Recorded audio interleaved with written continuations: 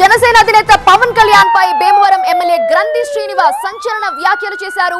కాపులపై పవన్ తప్పుడు ప్రచారం చేస్తున్నారని గ్రంథి శ్రీనివాస్ ఆరోపించారు. కాపులు అందరితో గొడవలు పెట్టుకుంటారన్నట్టుగా మాట్లాడుతున్నారని, పవన్ వ్యాఖ్యలతో కాపులకు నష్టం జరుగుతోంది అన్నారు గ్రంథి శ్రీనివాస్.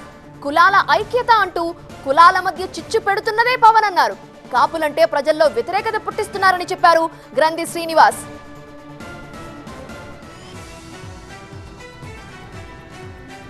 అసలు పవన్ కళ్యాణ్ ఏమన్నారో, గ్రంథి శ్రీనివాస్ కౌంటర్ ఏంటో ఇప్పుడు చూద్దాం.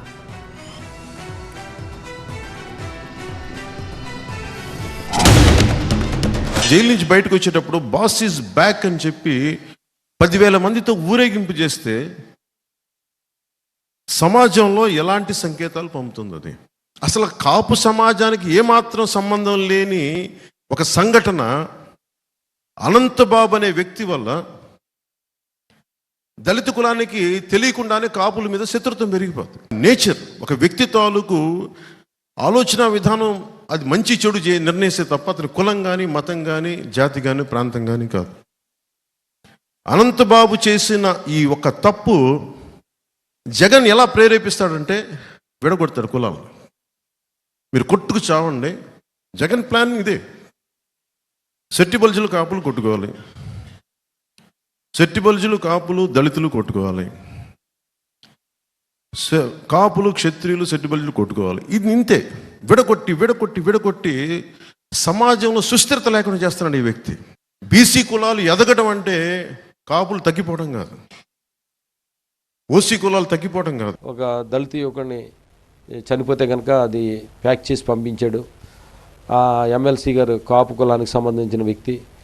ఒక వ్యక్తి చేసిన దానివల్ల కాపు కులానికి అంతటికీ సంబంధం లేనప్పటికీ కూడా అది కాపు కులానికి ఆపాదించబడుతుంది. ఇటువంటివి మనం లేకుండా చేయాలి. నేను అమలాపురంలో కూర్చున్నాను. సెట్టిబల్జీ కమ్యూనిటీ, కాపుల కమ్యూనిటీలకి సంబంధించి వివాదాన్ని పరిష్కరించాను.